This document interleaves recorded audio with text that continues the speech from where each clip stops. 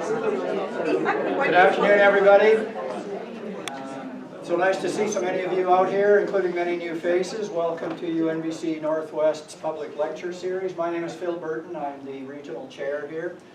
This is our opportunity to try and reach out to you with interesting stories of research and education, and today's a good example of that. Not necessarily things that are happening here in the academy, but that are happening throughout the community. So today we're pleased to have Colleen Austin being our guest speaker. Colleen's originally from the Lower Mainland, has roots in the Lillooet Nation, did her post-secondary education at the University of Victoria, where she got an M.Ed specifically in language revitalization. She's been a terrace resident for over 25 years and has really made a name for herself in being adopted by the Kitsumkalum community in the Tsimshian Nation, and working tirelessly for revitalization of the Sm'algyax language, the Tsimshian culture. And she'll be telling us about that today, but she's also taken a leadership role province-wide when it comes to Aboriginal education and cultural revitalization. So we're anxious to hear her story here and some on-the-ground successes that she'll be sharing with us today. Colleen, all yours.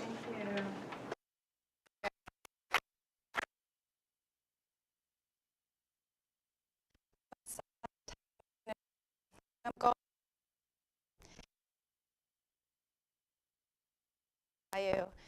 Good afternoon. Tradition is we got, which means big heart. Some of my is that my brother, Dr. James McDonald, who passed away, and I'm a member of Wapsneys Highwath in Kitsumkalum, and I'm the Aksa Gyilak'yoo School, and I'm also of British Columbia. I'm honored to be here. I be about 5 people here, so I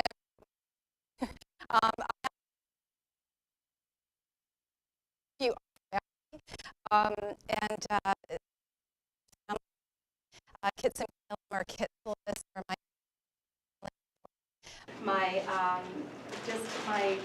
the family who support the work that I've been doing and the opportunities that I've been given to do the work that I'm doing. I have just a few slides for you, and they're basically going to be focusing on some of the work that I've been doing over the past 14 years in Kitsumkalum. I was working in the school district prior to going to Kitsumkalum, and I was a First Nations support worker back in the day.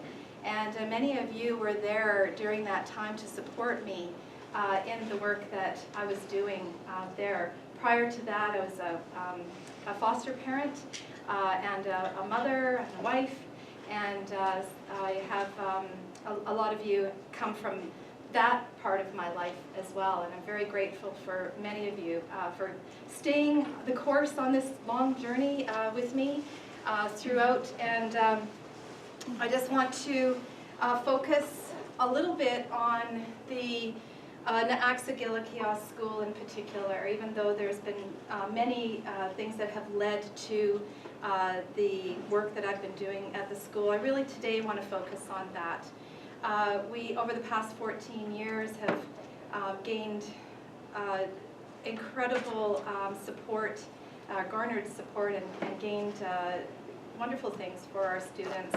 We started off as an adult school. I was tasked with graduating some of the adults in Kitsumkalum who hadn't graduated from high school, and so I was very, very pleased to have the opportunity to graduate 28 adults from the adult dogwood program in the 6 years that we were in adult school.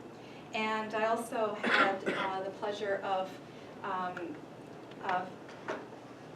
being told that my next work would be with school-age students. And I'm going to just acknowledge that the person who tasked me with that was the matriarch of our WAP, Charlotte Gyilak'yoo, who many of you know.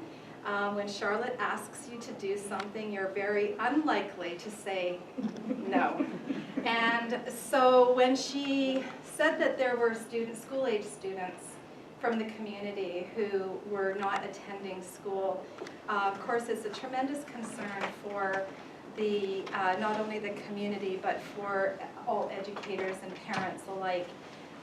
It's extremely difficult when we see our young ones not going to school because we know how important it is for them. So how does one, my question was how do we make or create an environment that is conducive to the success of students who have been unsuccessful academically for a number of years?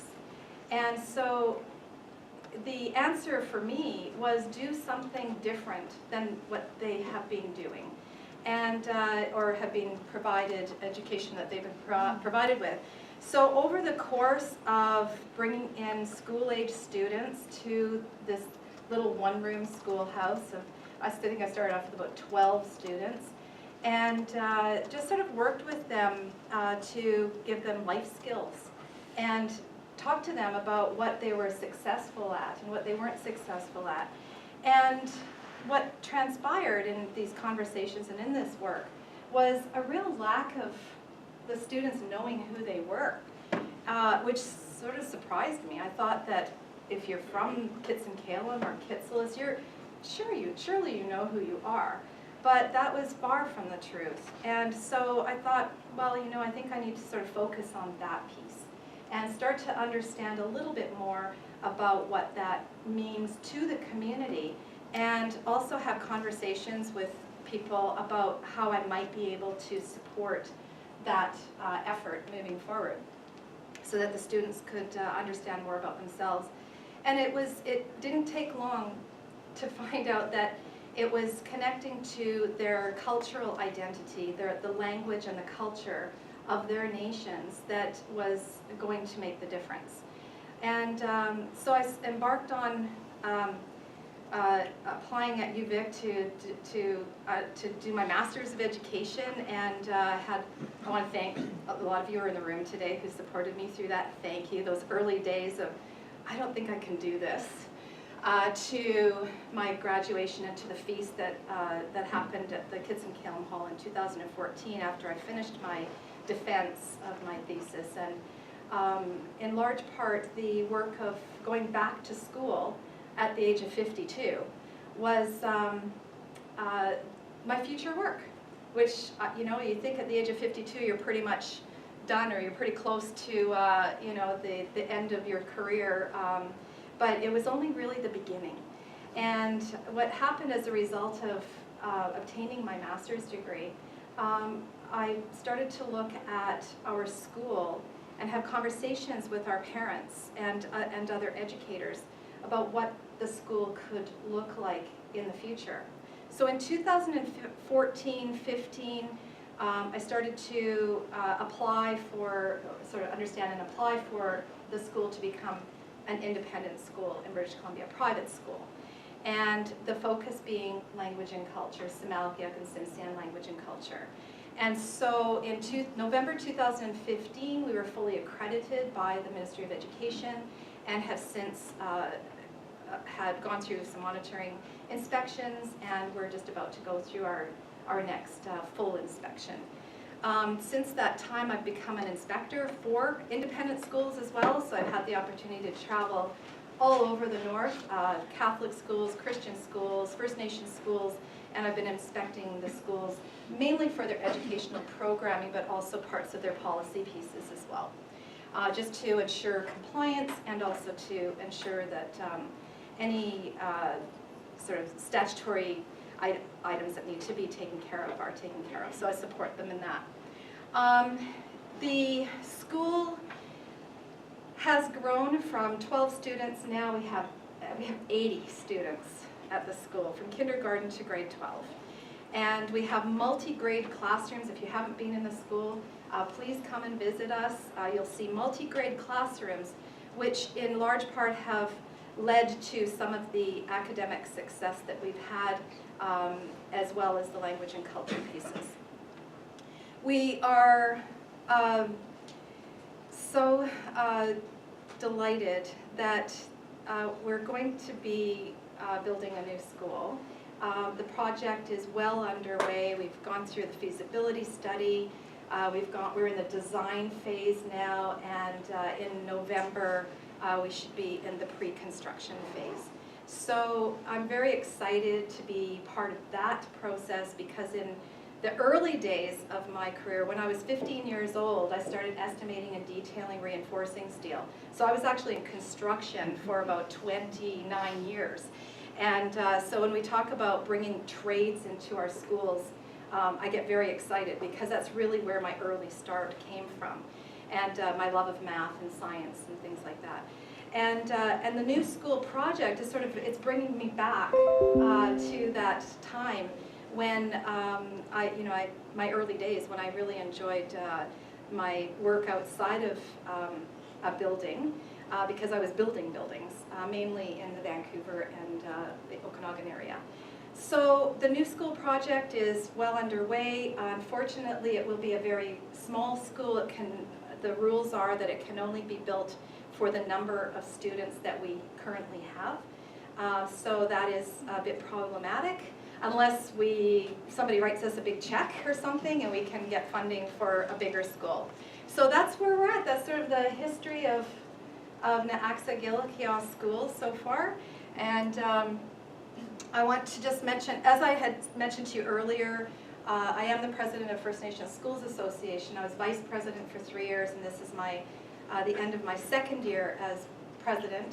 And I'm really excited to have been part of some of the collaborations that have really led to the success that we have now. And those collaborations come not only from community and communities, but it also comes from the work that I've been doing as a negotiator for the BC Tripartite Education Agreement for BC, which is a renewal of the TIFA, which is a Tripartite Education Framework Agreement that was developed in 2012. So this is the new BCT.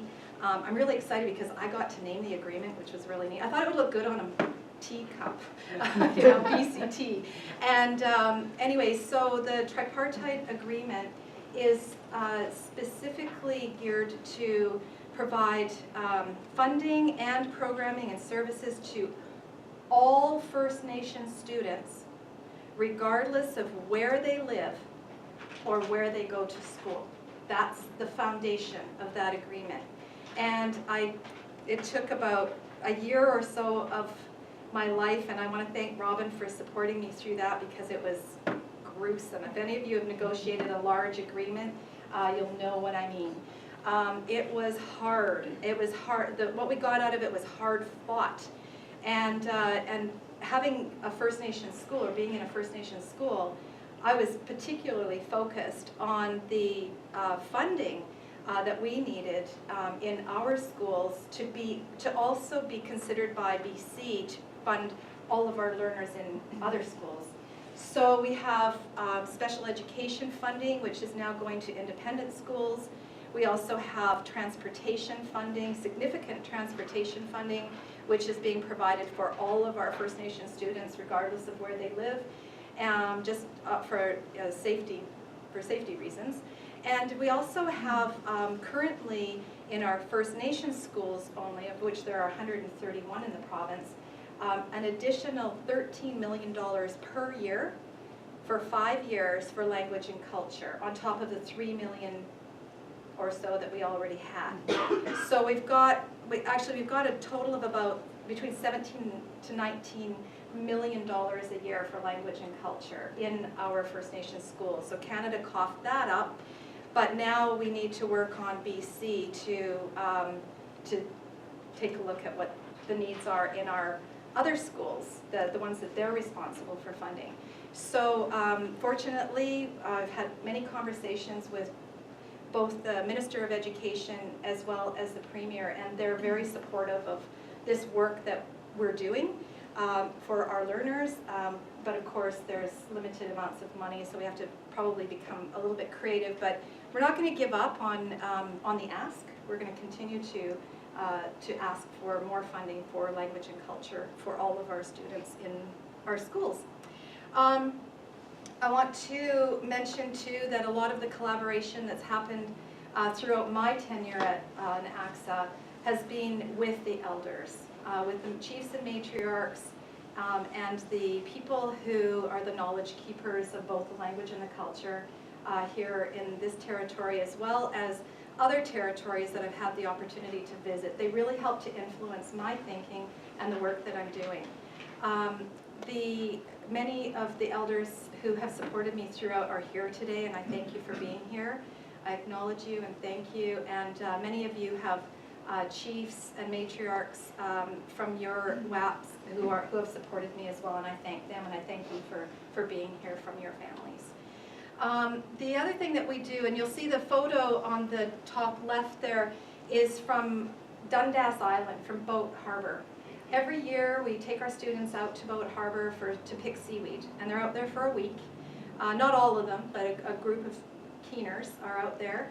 And the Henry family from Lac Willam's primarily, but many of them live here too, and some of you know Sharon Bryant and Vera Dudeward from the Wolf Clan, who support our students to go and pick seaweed in a traditional way at their camp.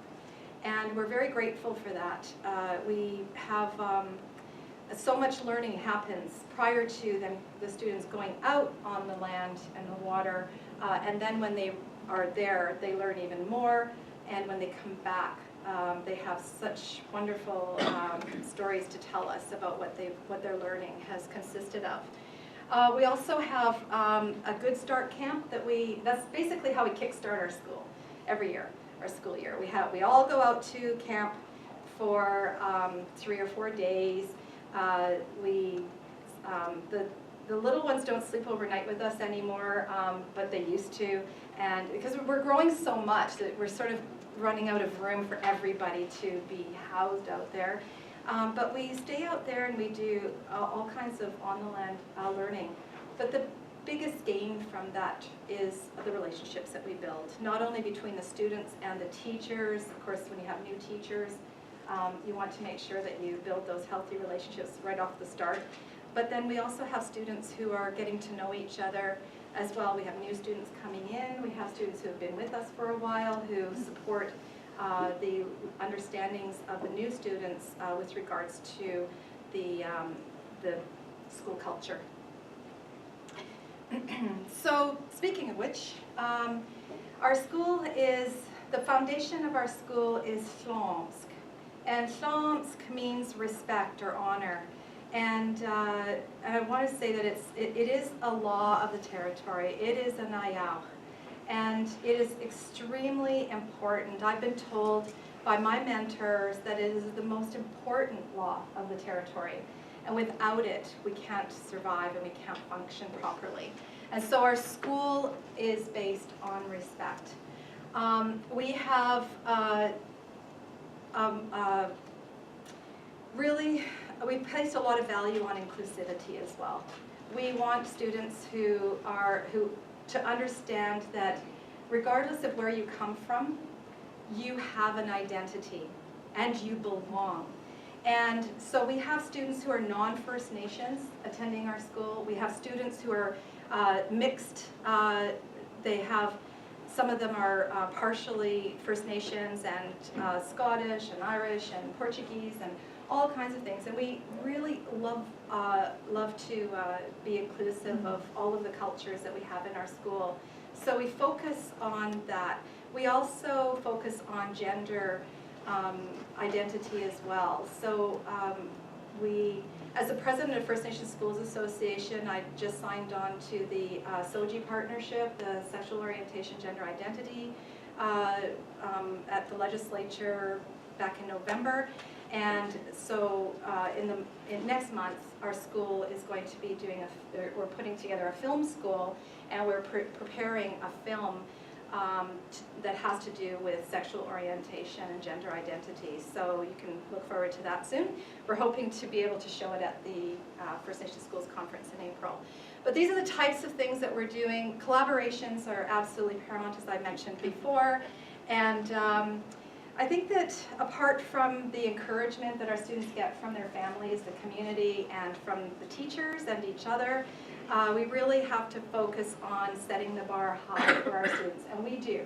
We set the bar very high, and what we do is we work together to support the students to get up to the bar.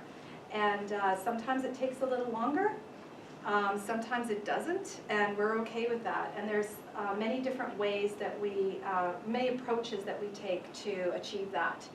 And we also focus on celebration. Of course, that is very traditional for us. We, as First Nations people, are very keen to celebrate everything. Births, deaths, marriages, getting Sm'algyax for the first time this season. And so we celebrate everything. So at our school we have a lot of celebrations going on, and we also roll that out to the community as well. We don't just celebrate within our school, but we celebrate publicly as well, and many of you have attended some of our school functions that have been public.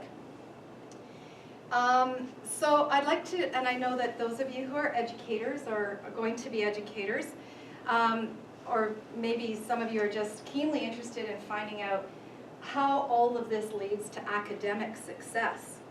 I've been keeping data for reading and writing, well, mainly literacy and numeracy, for the past 10 years. And that started with my adult students. And what I've noticed, and this is really important, is that since we became a K-12 school, and I also focused a lot of my energy on the professional development of our teachers and the coaching of the teachers along the way, we have seen huge increases in the students' academic achievement through standardized testing. And we use DIBELS, the Dynamic Indicators program. Or testing. We also use the CAP4s as our main testing. It is very detailed. The tricky part of that is actually understanding how the reporting is done. Very often people are reporting out on the CAP4 results in a way that isn't actually useful in terms of providing instruction or even conversations that are going to be useful for student success. So I work with my staff to understand those tests at a very deep level, and then we share that out with parents so that parents can understand exactly where their children's gaps are, and together we work to fill in the gaps. So part of the, I guess probably the most exciting part of our program this year is that we have added forced kindergarten to our school. And we started off with our kindergartners, there's 12 of them, going to a literacy camp for 5 weeks in the summertime. And I'm very thankful for Danny Pigeot for stepping up to lead that literacy program for us. It was quite intensive, and there was a lot of criteria around creating ways for the students to be on the land and also testing for their learning. So Danny and I spent a lot of time becoming very creative about how that was going to be done. And as a result, by the end of the program, the 5-week program, 90% of the students were at grade level for reading, for literacy and numeracy, just in that 5 weeks. And for me, that's significant. And it showed me that the forest kindergarten program that I sort of dreamed about having start in September was absolutely worth doing. And now we've had a beginning of the year testing, we've had middle of the year testing, we'll have another end of the year testing in May. But right now, as of the middle of the school year, every single one of those students is achieving grade level or above. 90% of those students are above grade level currently, which is hugely significant in my eyes. So we're very fortunate to have a fulsome special education program which addresses the social emotional parts of our students' academic education.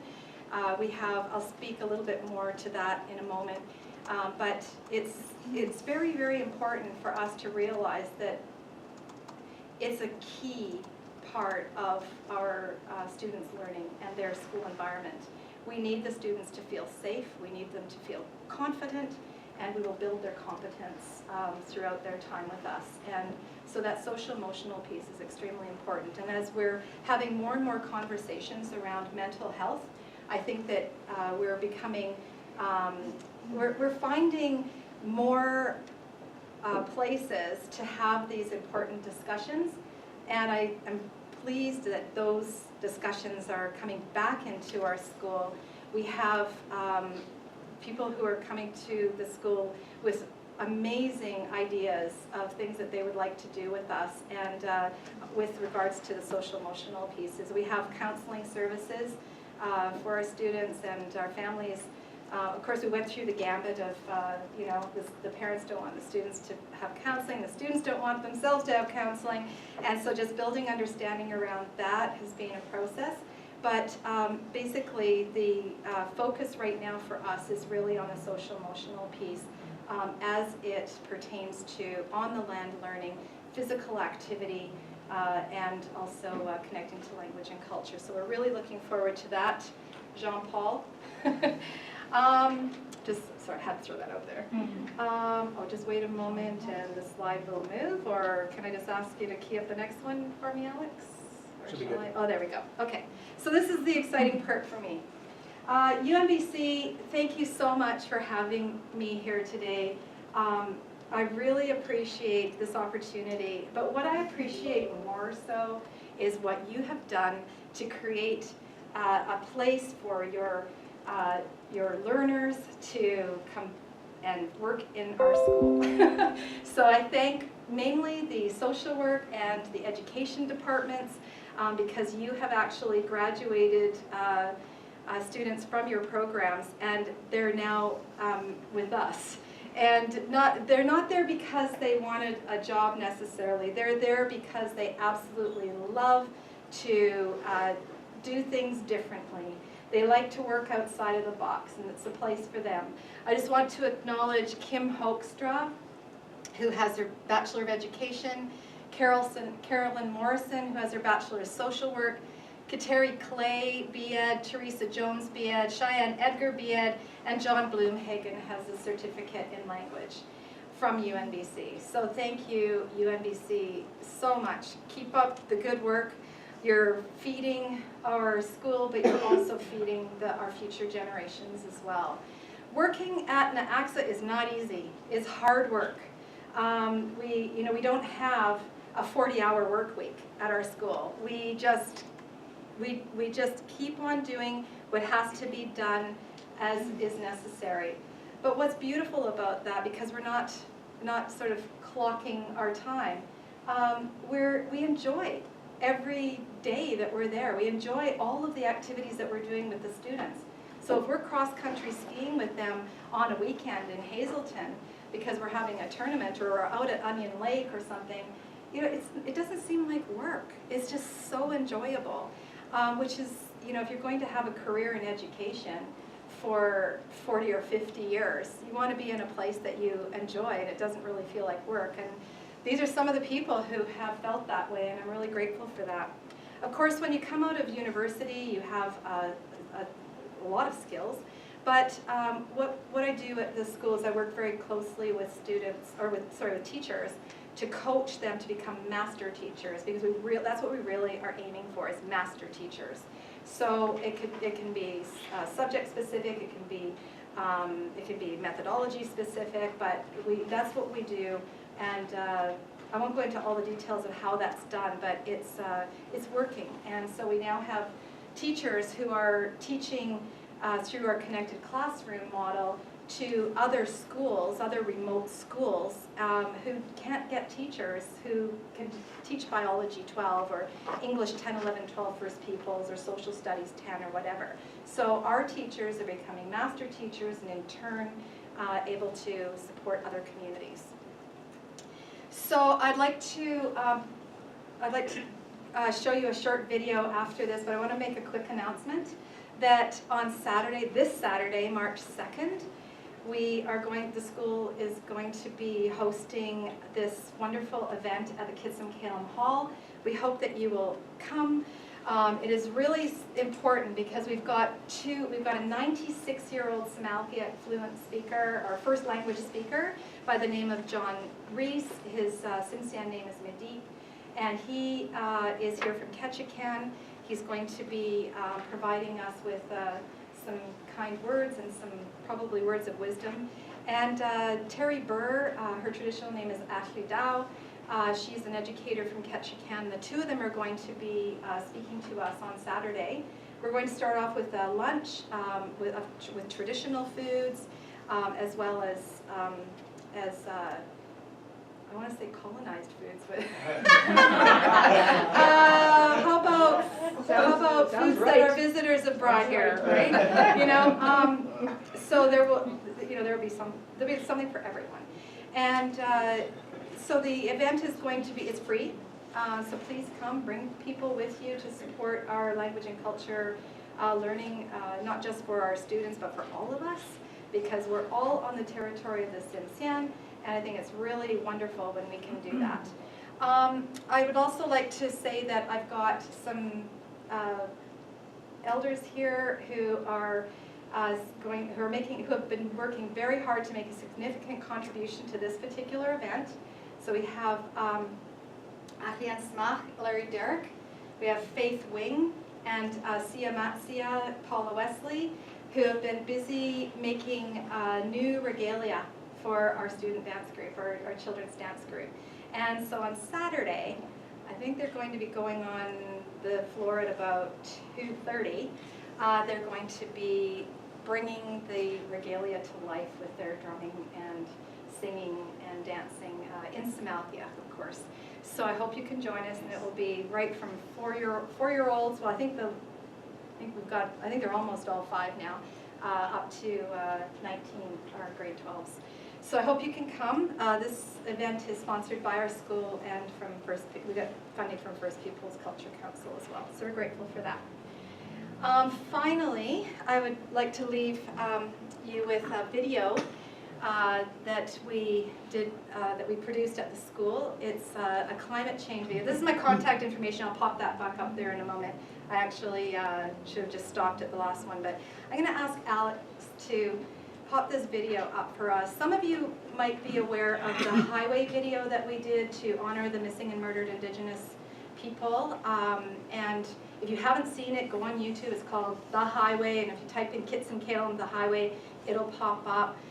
It's a video that was produced by Inuit, but the song lyrics were written by 8 of the students from my English class, and the the video was created by the students as well. So if you haven't seen that, please take a look at it. This is another music video project that we did last year. Our own Kim Hoekstra headed this up, and she worked with Rochelle Van Zanten and the grade 7, 8, 9 class that she was teaching.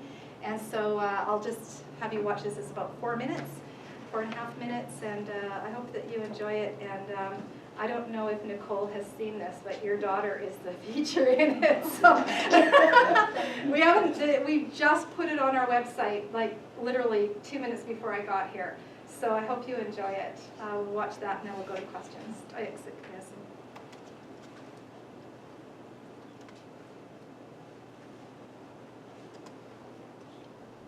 Oh, do you want to just adjust the volume there for me, please, on the wall?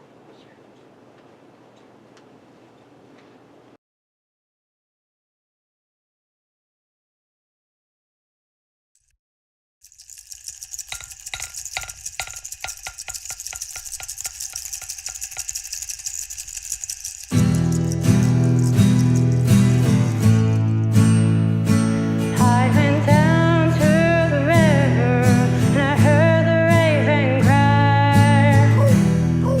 are the fish? I stole the sun to bring back the light. I need your light within to bring back the fish. Go ask your elders. Go ask yourselves. Sm'algyax.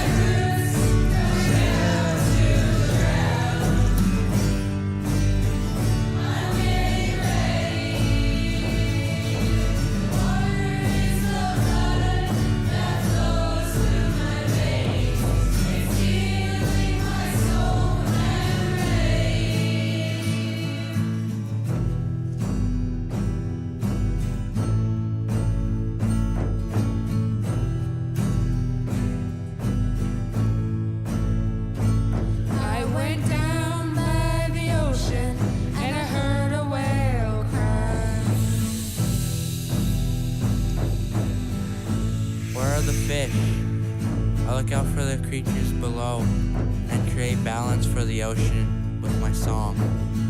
I need you to find your song and bring back the fish.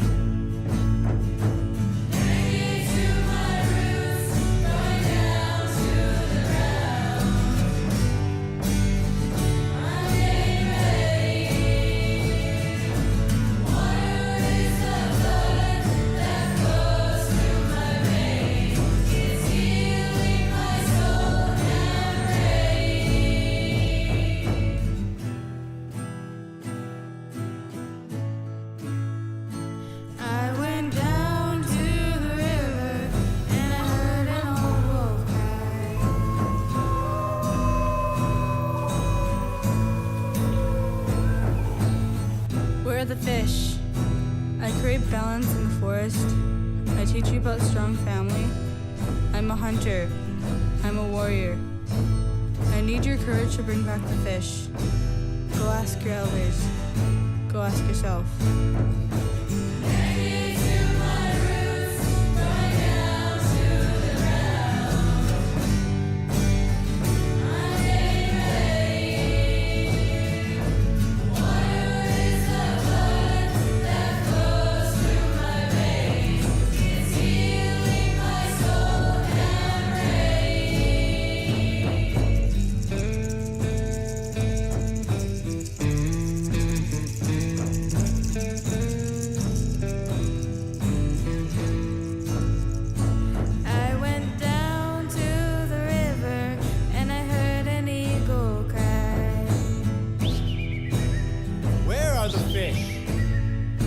Were too quick.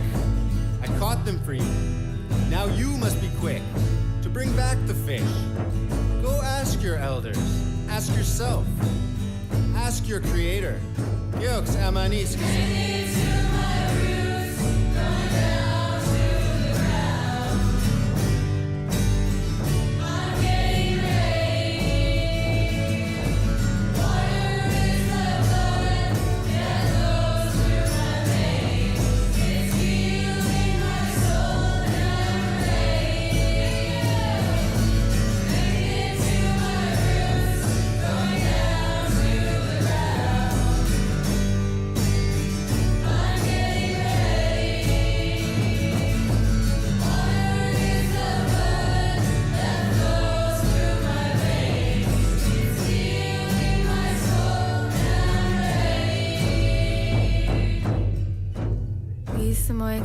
Samahagga, Gunoyam Amdam Kaparago, the school da cam, not we am a hagan, Adan Ashluskum, Willagion, Minam Neatham, Adam Abadak Dankam, Atat name at the cool da sa, Neathman.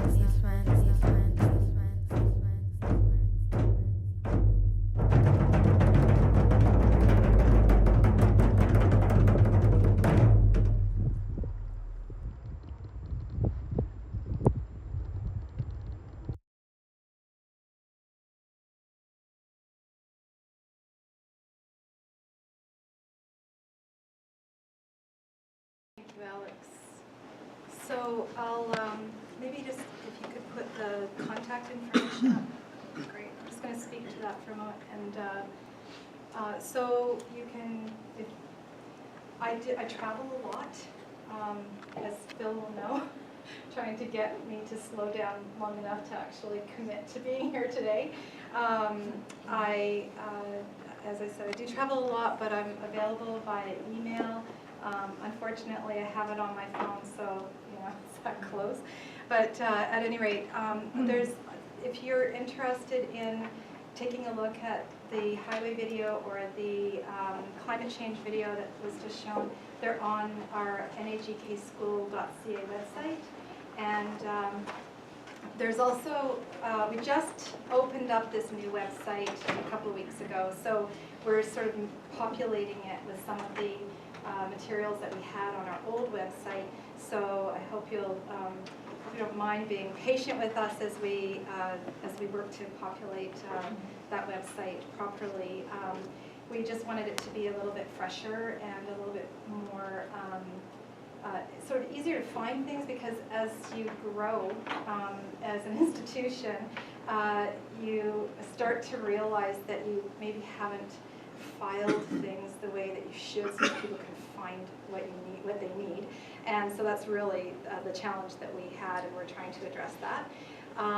And also the First Nations Schools Association website has many, many resources, tons of research that's been done over the years, the 30 plus years that First Nations schools have been around.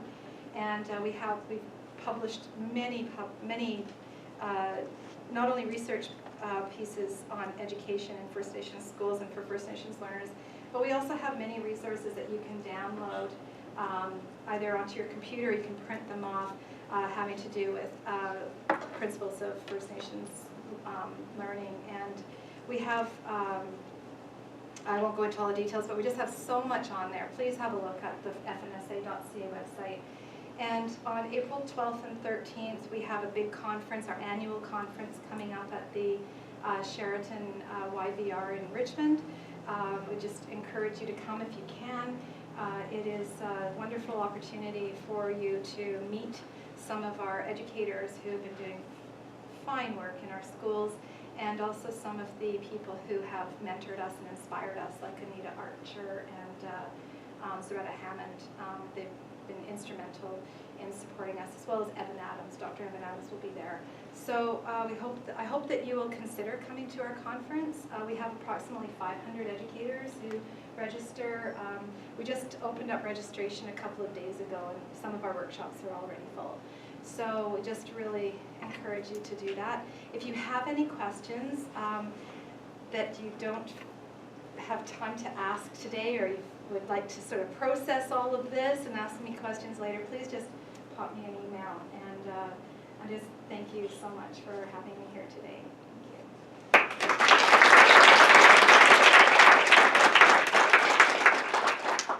We have lots of time for questions.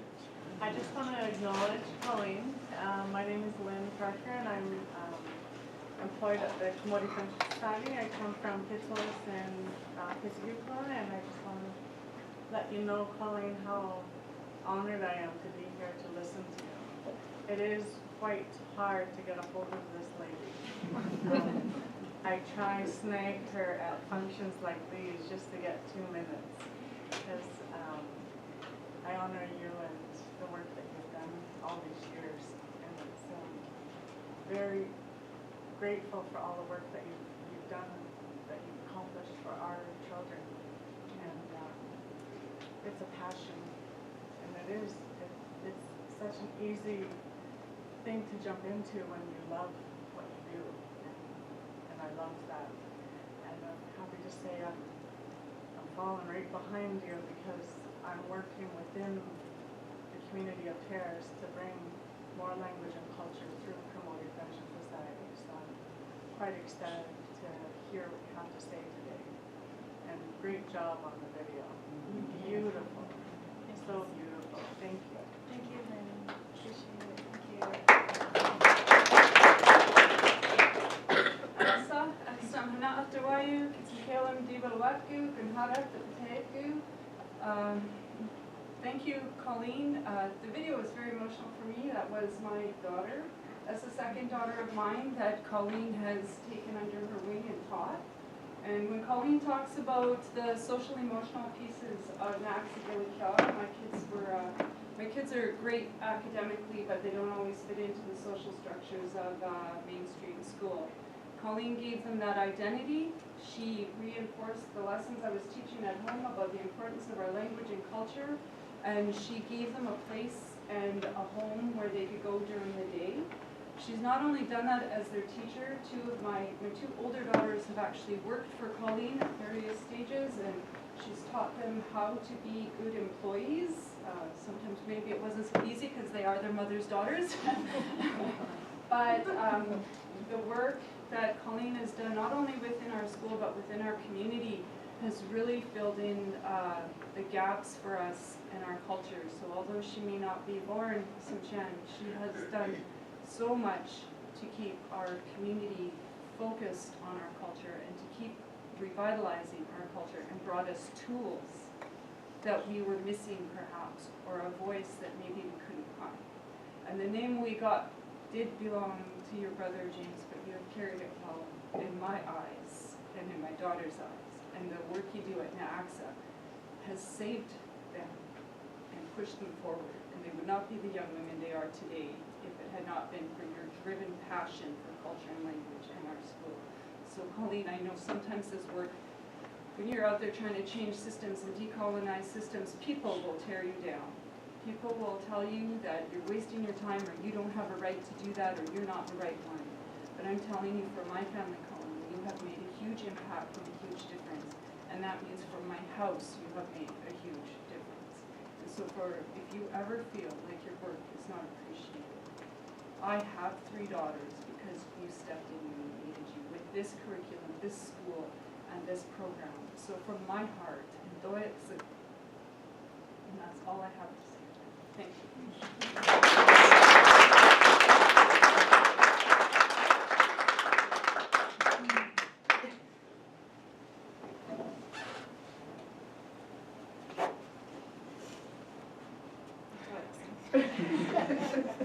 Share the tissues. You're right, this is emotional work that we do. You know, as parents, as educators, as community members, it's extremely emotional. And that's where it should be. You know, we need to honor that. This is where we should be. You know, we rely on those emotions to guide us. And any elder, you know, we've heard over and over from elders that the emotions that we have are the vision of our true selves, and the work that we do when it's done from our emotions is true work. So thank you so much. Appreciate these. Are there any other questions or comments? I'd like to make a comment. I've been with Colleen right from the get-go on her journey in Kitsumkalum. And throughout the start of her work, the difficult part was knocking on people's hearts to help us. It wasn't easy for her. I volunteered a lot of my time just to help her. She is my sister-in-law, by the way. And when we were knocking on doors for elders to come and stand with us, it was very difficult to find those elders. It was really difficult. It wasn't easy. And so when she was on a journey to teach Sm'algyax, that alone was tough. She didn't know some sign language, not alone here. So as I was walking with her, I felt what she was going through. So I never really left her side. I volunteered till one day she would be working with her. And one of the journeys that I told her, you have to go on the land. You have to get out there. Come out of seaweed picking. We were doing seaweed picking at Dundas, at Eddie Pass, Kitsumkalum, Gyilak'yoo. It was one of the journeys that she wanted to take a film of what it was like to be out there. So she started on the land, started on the beach. Then she wanted to come out with us to do our halibut trip. So we were okay with that. Oh, we were good. And she was on the camera, and both Don and I were in the back, setting the gear and putting the gear. All of a sudden, the photographer was there, the camera person wasn't there. We found the camera, but we couldn't find her. So we were looking overboard. See, what it was really, we were shocked. And we actually hollered out her names. No answer. And I think, oh dear, that bit, I like. But you could hear me down in the head. So that was one of her journeys. Yeah. Having to fix seaweed, she done it all. She seen the land. After she seen the land and took part of the land, then everything began to change. Everything began to change. Because simple questions, how do we call seaweed? How do we call these? And she began to understand. And once you understood the land, the rest is history. Oh, yes, no. Where did you end up? I actually was, I had a little seasickness as a result of the filming. Not because little, but big. the boat was going like this, and I was trying to keep the camera still. So my body was going like this. So they don't want to wreck the tape, right? You know, this is what this is important. So I got a little bit upset, and I ended up down in the bathroom. Really rough. So it was very rough. It was very rough. But we got some good footage on it.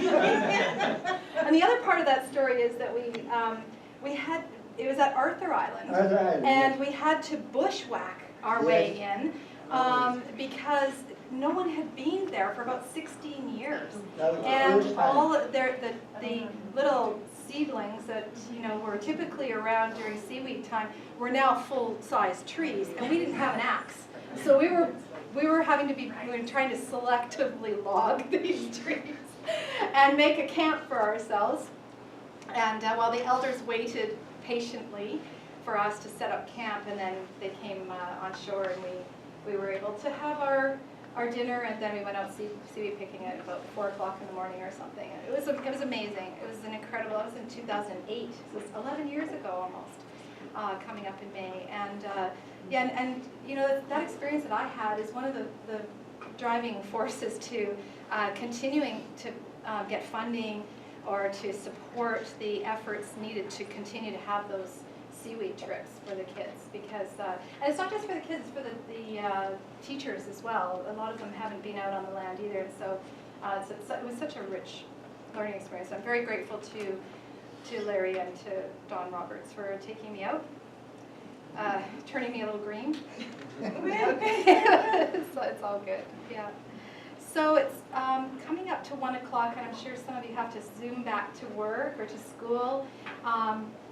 But if there are any other questions that you have, or you'd like to connect about anything that might be of interest to you, I have some books. This is all must read for language revitalization. So if you could please make sure that you become familiar with some of this material. This is only the tip of it, but I just sort of pulled out of my home library just some of the, I think, the must-reads for language revitalization and this type of work that we're doing. So thank you all very much for coming. Small token of our appreciation. Thank you very much, Colleen. Thank you so much. It's a pleasure. We do have the room if people want to stay and discuss things in small groups or one-on-one. There's no rush. But thank you all for coming.